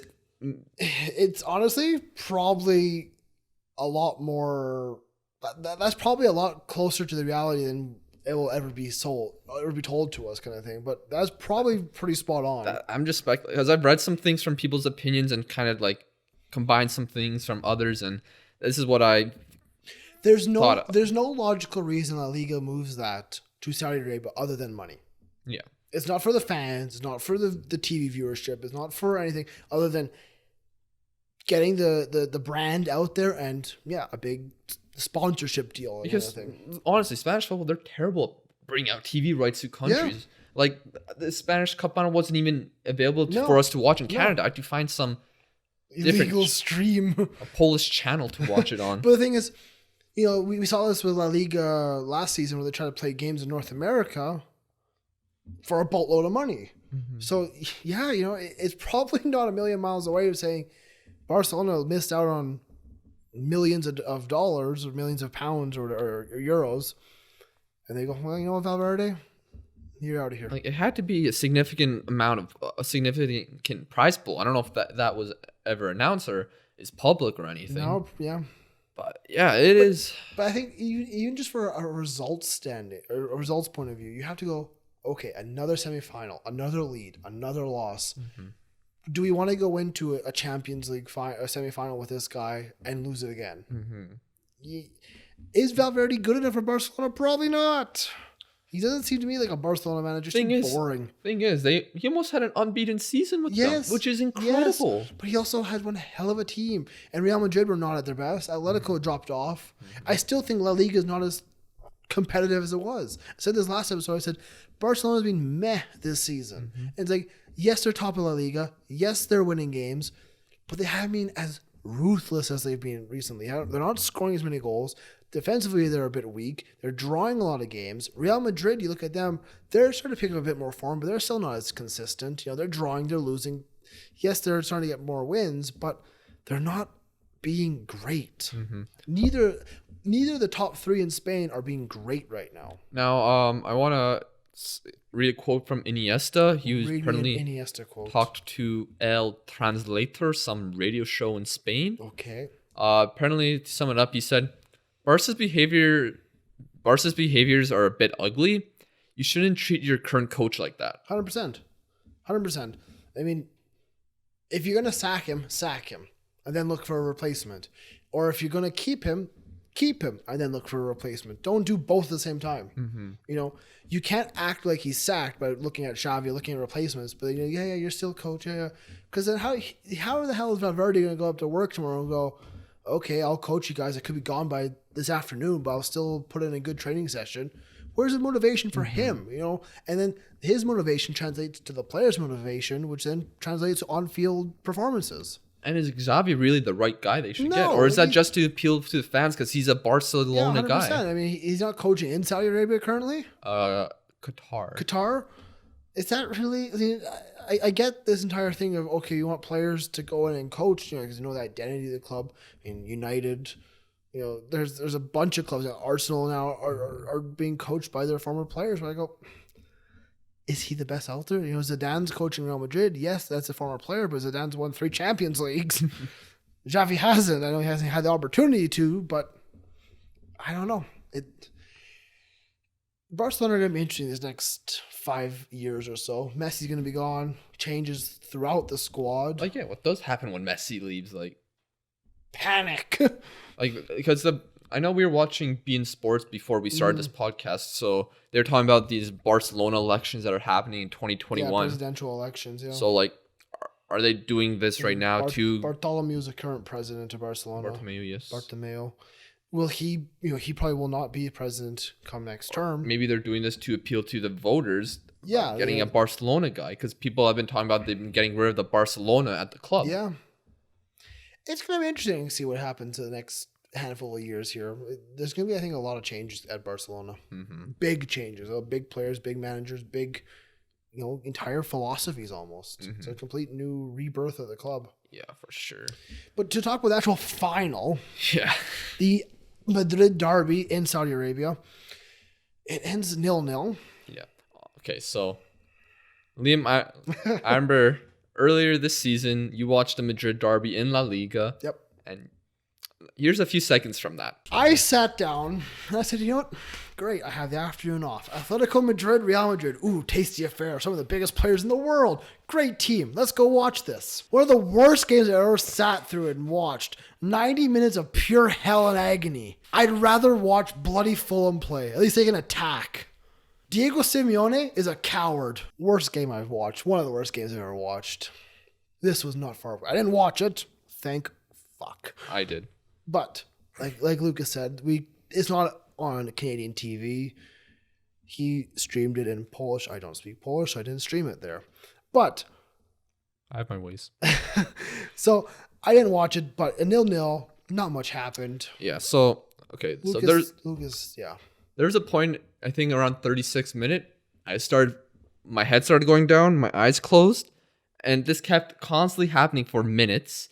So literally this weird experience. So first time I'm I guess am I dreaming or something? I'm hearing things the commentators saying these things, but I'm listening to it in Polish. But in my dream, I'm hearing it in English, and I'm like, what's going on? And then I look, 37th minute, and this happens 5 or 6 more times for the rest of the half, and I'm like, what is going on? Oh, I need to take a nap. Yeah, basically, this game put Lucas to sleep.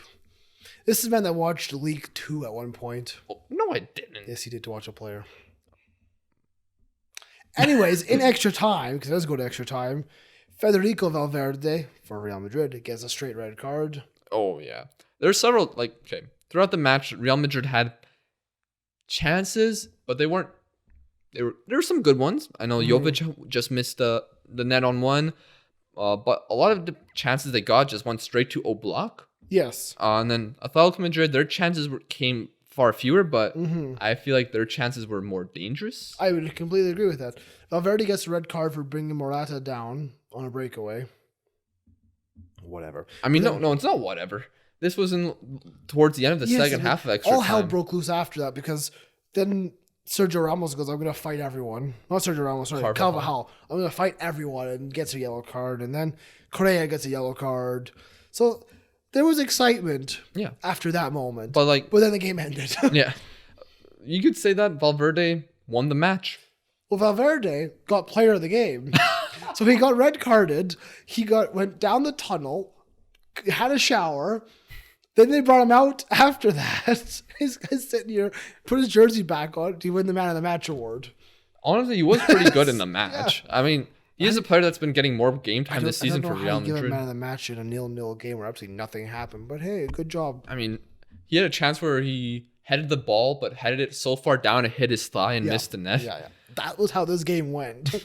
But it does end 4-1 on penalties for Real Madrid. Atletico Madrid just has this curse against Real Madrid in penalty shootouts, and then I guess against them in general. I don't know when the last time they beat them. Saul and Thomas both missed theirs for Atletico.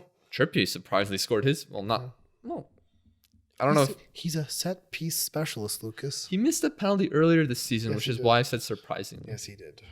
So, congrats to Real Madrid. You are Super Cup champions, and you probably made a lot of money from this tournament as well. So, congrats. A trophy's a trophy. Mm-hmm. Well, my friend who is a Real Madrid fan, he sent me a message today about that because he said, "Oh, one of the worst games I've ever watched, but a trophy's a trophy." And I said, does that make up for how bad the entire performance was and how weird this tournament was? He goes, "I don't understand the tournament." But a trophy's a trophy. Well, fair enough. That describes it all pretty much. I mean, Real Madrid, they're pretty much a club obsessed with trophies. Yes, 100%. If they don't win a trophy, it's a disaster. It's a bad day for them. But Atletico Madrid, you beat Barcelona, which was good for them. Yeah. And you probably made a lot of money from this tournament, so that's okay too. Can we quickly talk about one last game? Yes. PSG versus Monaco. Wow. Monaco actually looking good. They had a moment. Where are you, Woz? I can't see you. It ends 3-3. Absolute scenes in Ligue 1. We're actually spending time talking about Serie A, Ligue 1, and La Liga today. It's actually mental. I mean, stuff happens. Yes. Neymar opens the scoring 3 minutes in. Then it goes to Gelson Martin, sorry. Gelton's, yeah, I don't know. And then Ben Yedder makes it 2-1 Monaco. Before halftime, though, 2 goals for PSG. An own goal from Balo, and Neymar with his second makes it 3-2 at halftime. Mm-hmm. And Islam Slimani makes it 3-3. Some controversy with that goal because he was in an offside position when the ball got to him. But the debate, because PSG player kicked the ball back. Okay. But the debate is, was it intentional or not? The VAR thought, it was intentional, so it's on. Technically, we're not going to call offside on it. We're going to keep it 3-3. Fair enough. I'll take it because Ligue 1 needs some drama. Yeah, and Monaco, they signed Jardim recently. They brought in former Spain manager Robert Moreno. Not a bad guy to have. I mean, he's never had a first team club job yet, but he has been assistant to two great teams. You look at Monaco; they have a decent team. You have Golovin, Balde, Ben Yedder, Bakayoko, Fabregas, Martins. They have an okay team, and they showed it. They played a great match, and they had a chance near the end there. They could have won it, but also did PSG. Yes, Monaco are still down the table. They're in 8th. But you know what? They're not bad. They're not a bad side. Now, if you enjoyed this match, you can watch the rematch this Wednesday. It's coming up again. Don't worry. Because last time these two teams were supposed to play. Yes. It rained. Yeah. And they went, I think this was the last time we had a 1v1 prediction. Yeah. So, which, if you don't know what that is. They're I don't want to get wet, so we're going to postpone it. So, yeah, it's happening again. It's happening on, like you said, on Wednesday.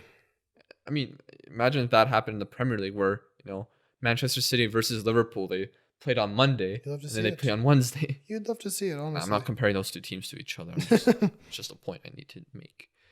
But is there anything else to talk about this week, Lucas? I mean, matches coming up this week, FA Cup. Yeah, we're looking ahead. There's some FA Cup games.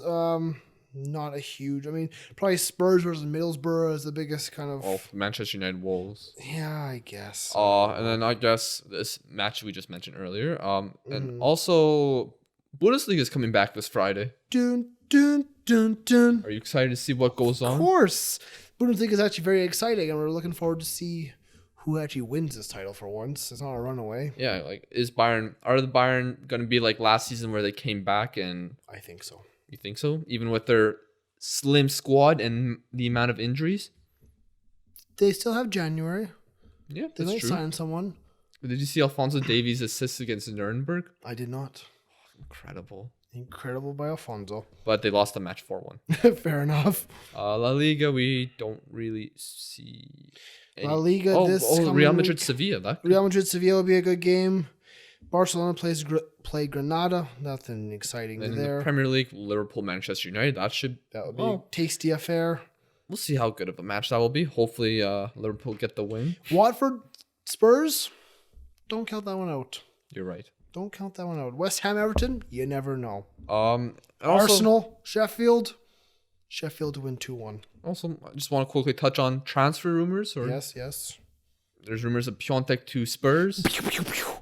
Why not? It can't hurt. Some Portuguese midfielder from Benfica for I don't know. He's young, but he might be going to Spurs. How about Bruno Fernandes? Yeah, The actual Portuguese midfielder we should be talking about. He could go to a host of teams. yeah. There's rumors saying next 48 hours he will go to United. I've heard that before. Yeah, honestly. No, I mean, There's several rumors. Ericsson to Spurs. I mean to Inter. Eriksen to Spurs. Yeah, Eriksen to Inter has been linked. Eriksen to United. I don't see that one happening. But Ashley Young to Inter. I don't get that one. Why would Inter Milan want Ashley Young? I don't know. Like, is this the revolving door of United rejects? Okay, Lukaku, come on. Okay, Sanchez, come on in. Ashley bloody Young? I The understand. man's old. The man's had burned crap in his mouth. The man's a has-been. He's a converted left back. Like, I know Inter needs some depth, but him? There's no one better than Ashley Young out there. I mean, I know you could pay him about 13 pennies a day, but why the fuck would you want him, Antonio Conte? Jesus. and then there's obviously rumors Vidal maybe. Vidal, I could see him going to Inter Milan. I would love to see that. That's him and Conte. That's just a match made in heaven. I mean, They were together before. they were together before. You're correct. But I know Barcelona. I don't know if they want to let him go. I know Juventus might want him. yeah, I mean, there's going to be interesting. I think there'll be some money spent in Italy actually because there's such a tight title race right now. I'm not sure if I heard any other transfer rumors. I know Napoli signed a few guys, Demme and potentially Lobotka. Yeah, I mean, a lot of the news coming out is about Bruno Fernandes going to a big club. Celtic, we're making our Polish signing, the new Yes. Lewandowski. And you lose Lewis Morgan. Potentially, Lewis Morgan could be going to Inter Miami. You never know. Yeah, but that Benfica midfielder you're talking is Gedson Fernandes. Yes. He's supposed to be going to Tottenham, 18th-month loan deal, according to Sky Sports. Mm-hmm. Other big things, Pepe Reina. Oh yeah, to Aston He's Villa. going to Aston Villa. He was at the game. Why not? I mean, they need a goalkeeper. Yeah, you they didn't have do. the goalkeeper. Well, Heaton's injured. Nyland didn't have the best performance. Jerome Boateng's got a name being tossed around like we mentioned. AC Milan are interested in him. Who else? Asmir Begovic could be going to AC Milan. I mean, they need a backup goalkeeper. Yeah, they do, I guess. 100%. He grew up in Edmonton, where we're from, so that's He cool. did. Inter Milan supposedly are reaching an agreement with Olivier Giroud. Oh, from yeah. Sky Italy. I actually don't mind that one. As a backup striker, why Olivier not? Giroud takes a lot of shit because he can't run and he's slow as hell, but the man can score a goal. He can take a good finish. I was gonna say, can you relate? But you were actually fast back once. And then I got fat. Let's see any other ones. Timo Werner supposedly turned down Liverpool in the summer. I mean, okay. I don't know. I'm just reading right now. Donny van der Beek has ruled out a move to Manchester United because why would you want to go to Manchester United? There's a rumor Manchester City they want to sign 4 to 6 players this summer.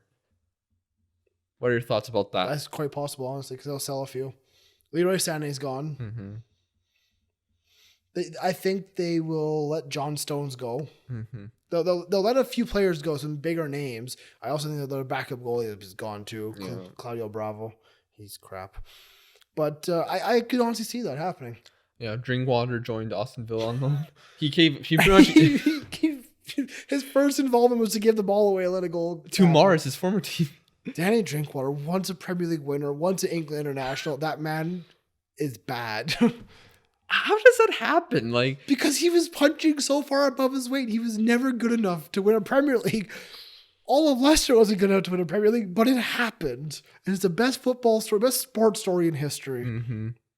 Yes. Yeah. Also, Daniel De Rossi's officially announced his retirement. Goodbye, Daniel De Rossi. Great player in the game. Won the 2006 World Cup with Italy. Yes. Now the only player from that World Cup left is Buffon. You know a confirmed signing? Ryan Babel. To where? Ajax. Really? For the third time. That's awesome. He's back at Ajax for the third time. Oh, you love to see it. Yeah. I think that's pretty much all the major transfer news. Oh, Ryan Brewster, he joined Swansea on loan. That's fair. Good enough for him. He's not playing at Liverpool, so he might as well go get game time. He had his first start for Swansea, and it was a 0-0 game. I was gonna watch it, but then I forgot about it. And fair enough. Honestly, I think that kind of wraps up transfer. I think it wraps up Europe. Anything else? No. I'm looking through the rest of this. Every time me and you record, we'll have a quick episode. It's like 2 hours later. I mean, there was a lot to talk about today. I 100% agree. And I let you talk, and I get some time to talk. Are you what? Don't say this. I give you lots of time to speak. I'm not Waz. I don't just yell about United for 2 hours. Fair enough. Today, I think we talked about United for the least amount we've talked about them for about 6 months. Am I wrong? I mean, what was there to talk about Manchester United today? They won 4-0. Good job. Yeah. Like, whenever a team wins by that much, and it's against a team like Norwich, no offense to Norwich, there's not really too much to talk about, really. I agree.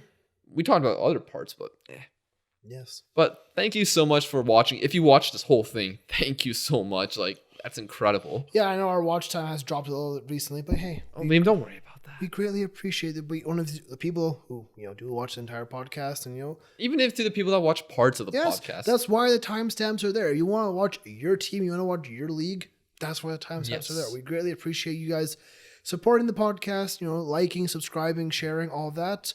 We greatly appreciate the follows on Instagram, Twitter, Spotify, TikTok. Yeah, we just hit 11K on TikTok. 11,000 followers on TikTok. And then, we hit 700 on YouTube a little after the last podcast. Yeah. So we had great numbers in the past month or two. We greatly appreciate the support. Keep supporting. Keep helping us get our name out there. Whether you're new or you've been here for a while, we greatly appreciate it. And we're glad that you enjoy the podcast. Whether you come from TikTok, YouTube, podcast apps. We have big plans in the works. We do? We have big plans. You haven't been telling me these plans. They were your plans. Are you sure? I think so. But if you are not subscribed, make sure you are subscribed. Thank you for tuning in. Thank you for watching and listening.